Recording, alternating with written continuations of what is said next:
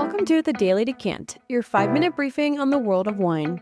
Each episode delivers practical insights to help you choose, order, and talk about wine with more confidence in everyday social settings.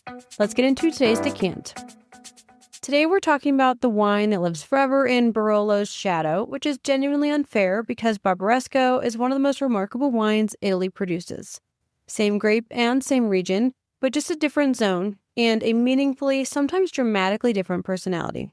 Barbaresco is made from 100% Nebbiolo, grown in a smaller zone northeast of Alba, compared to Barolo's zone to the southwest.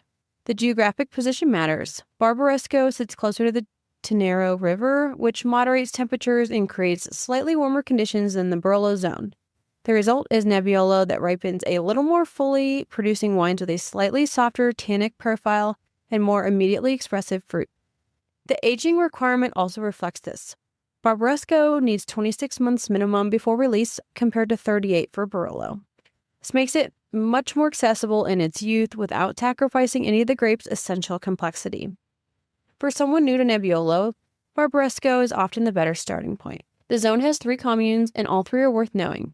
The village of Barbaresco itself, the most classic and most perfumed expression. The wines here are pure Nebbiolo aromatics, roses, dried cherry, a mineral precision that's immediately recognizable to anyone who has spent time with the grape. The grape vineyards within the village include Azzili, considered by many the finest site in the entire zone, producing wines of extraordinary tension and aromatic detail. Rabaya and Martinenga. Neve, the second commune, producing wines with more structure and body than the village of Barbaresco.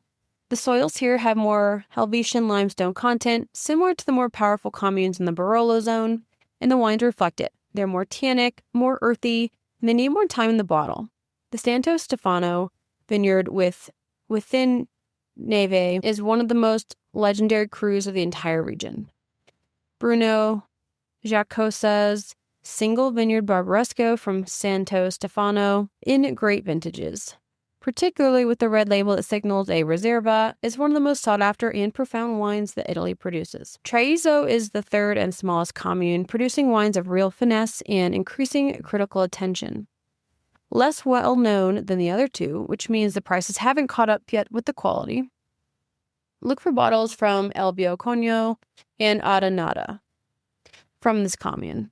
Now, the producer conversation, and you cannot discuss Barbaresco without spending time on Angelo Gaja. Gaja is arguably the most internationally famous wine producer in Italy.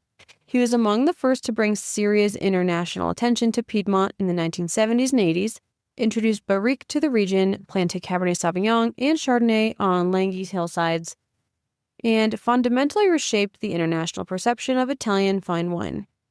His 3 single vineyard Barbarescos, Sori Tildine, Sori San Lorenzo, and Costa Rossi, are among the most celebrated and most expensive wines that Italy produces.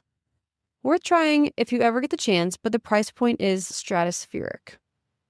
For those of us who are not spending $500 or more per bottle, and that's most of us, the great value source in Barbaresco is the Produttori del Barbaresco Cooperative.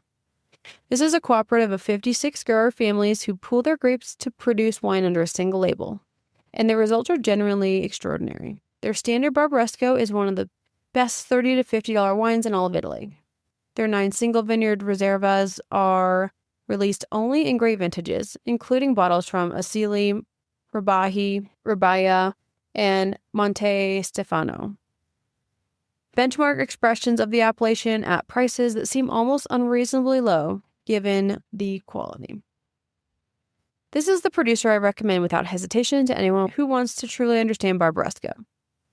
Other producers worth knowing and seeking out are Roagna, traditional, deeply complex, brilliant wines, Bruno Rocca, consistently excellent, Carome, outstanding value and quality from the village of Barbaresco itself.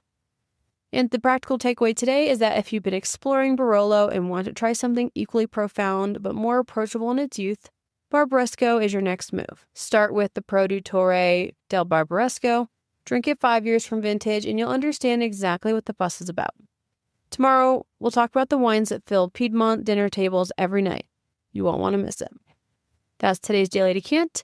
If you found this helpful, be sure to subscribe and share with your friends so you can continue building your wine knowledge in just a few minutes a day. See you tomorrow for your next decant.